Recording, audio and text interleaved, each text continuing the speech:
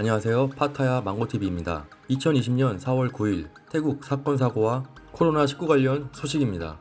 누적 검사자 1833명 추가되어 3542명, 누적 확진자 54명 추가되어 2423명, 치료 중 환자 1451명, 누적 완치자 52명 추가되어 940명, 누적 사망자 2명 추가되어 32명입니다.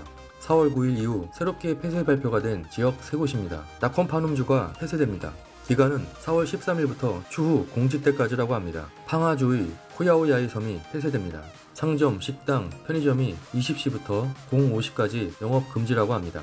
러이엣주가 폐쇄됩니다. 4월 10일부터 4월 17일까지 도시가 폐쇄되며 17시부터 22시까지 주류 판매를 금지하고 있습니다.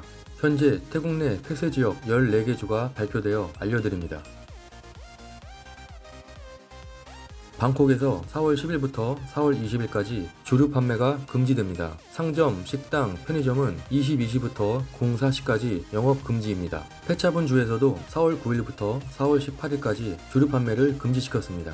2020년 4월 9일 오전 11시 팡하 주지사는 그동안 팡하 지역은 코로나 감염자가 없었지만 4월 9일 첫 코로나 확진자가 나왔다고 합니다. 팡하주 아래쪽인 코야오야이 섬에서 8살 소년이 코로나에 감염되었다고 합니다. 그 소년은 지난주 코로나 감염 증상과 경미한 독감 증상이 나타났으며 크라비 지방의 코로나 확진자와 접촉한 이력이 있다고 밝혀졌습니다. 그 소년과 접촉한 사람들은 어린이 9명과 68명의 가족 및 가까운 주변 사람들로 조사됐습니다. 팡하주지사는 섬 전체를 봉쇄하고 상점, 식당, 편의점들은 오후 20시부터 05시까지 영업 금지 명령을 내렸습니다. 마지막으로 주 정부는 14일 동안 법을 위반한 사람들은 엄격한 법적 조치를 취할 것이며 위반 시 감옥에 갈 수 있다고 하였습니다. 미국은 태국에 코로나 진단 장비 7기를 제공했다고 합니다. 2020년 4월 9일 태국 주재 미국 대사관에 올라온 페이스북 내용입니다.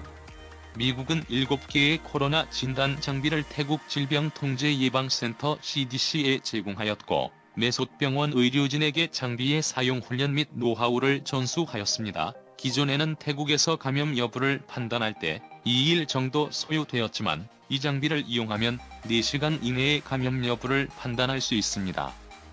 태국 정부는 코로나19로 인해 힘들어하는 사람들을 선별하여 지원책으로 매월 5,000바트의 현금을 지원하고 있습니다. 하지만 그 사각지대에 놓여있는 일용직 근로자들이 있습니다. 이와 관련하여 차이나 지방의 카오프라에 사는 41세의 타스빈밋이라는 남자의 사연입니다. 저는 일용직 근로자입니다. 코로나19의 영향으로 다양한 건설 현장에서는 작업이 중단되는 등 더 이상 일을 할 수가 없었습니다.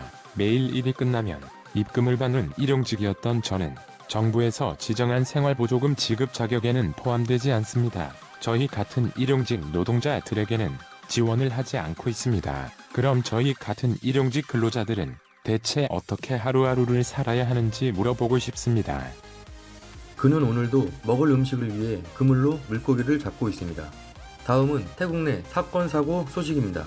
사이버 경찰 수사대는 4월 9일 가짜뉴스를 만들어 배포한 용의자 3명을 체포했다고 합니다. 그들은 소셜미디어를 통해 24시간 통행 금지령이 발령된다면서 사람들에게 음식, 식수 등의 사재기를 부추기고 공포심과 사회에 혼란을 일으킨 혐의로 체포되었다고 합니다. 경찰들은 용의자 3명을 조사한 결과 모두 자신의 죄를 인정했다고 합니다. 석유회사 직원 2명이 석유대금 1,600만 바트 약 6억 원을 횡령한 후 잠적한 사건입니다. 석유사업가로 알려진 저행이라는 50세 남성은 미얀마인으로 미얀마에서 많은 사업체를 갖고 있으며 태국을 오가며 석유를 유통해 왔습니다. 사건의 내용은 미얀마에 있는 은행이 코로나19로 인해 일반적인 금융거래와 국제송금을 하지 못해 2020년 4월 8일 남녀 직원 2명에게 석유 구매 대금인 현금 1,600만 바트를 주었고 태국 메소지구 은행에 입금하라고 보냈지만 그 직원들은 차와 함께 잠적해버렸습니다. 사건이 일어나고 미얀마와 메소 지역의 고위 간부들과 경찰들은 협력하여 직원 2명을 쫓고 있습니다. 이 사업가와 미얀마 변호사는 함께 국가부패방지위원회와 태국 경찰청에 사건을 제출하였습니다. 태국 10대 청소년들이 위험한 생일 환각 파티 사건입니다. 2020년 4월 8일 사라브리 경찰서의 경찰과 마약 진압팀으로 구성된 20명 이상의 군 경찰관들이 파카오산의 휴양지내 리조트에서 생일 파티를 즐기던 30명 이상의 10대 청소년을 체포하였습니다. 조사 결과에 따르면 10대 청소년들은 넉너이라는 사람의 20번째 생일을 축하하고자 모인 자리라고 합니다. 그 자리에 일부 청소년들은 페이스북과 라인을 통해 알게 되었다고 합니다. 체포 당시 안으로 숨어 들어갔던 14명의 남성과 여성은 즉시 체포되었으며 10개의 방에서 개인 소지품과 일부 마약을 사용한 흔적들을 발견하였습니다. 이 생일 파티에 모인 사람들은 18세부터 25세까지 있었다고 합니다. 사라브리 경찰서는 불법 마약류 소지와 흡연자 및 긴급명령을 위반한 죄 등 엄중하게 처벌을 할 것이며 추가 조사를 하고 있다고 전했습니다. 치앙마이 부근 람빵주 매큐 지역의 행정 책임자가 마약 밀매 및 총기 소지 혐의로 입건된 사건입니다. 람빵주 경찰서는 마약 밀수가 이루어지고 있다는 한 통의 제보 전화를 받고 며칠을 추적하던 중 2020년 4월 7일 마침내 퐁 사건이라는 사람의 집을 수색하였고 그는 완강히 부인하였습니다.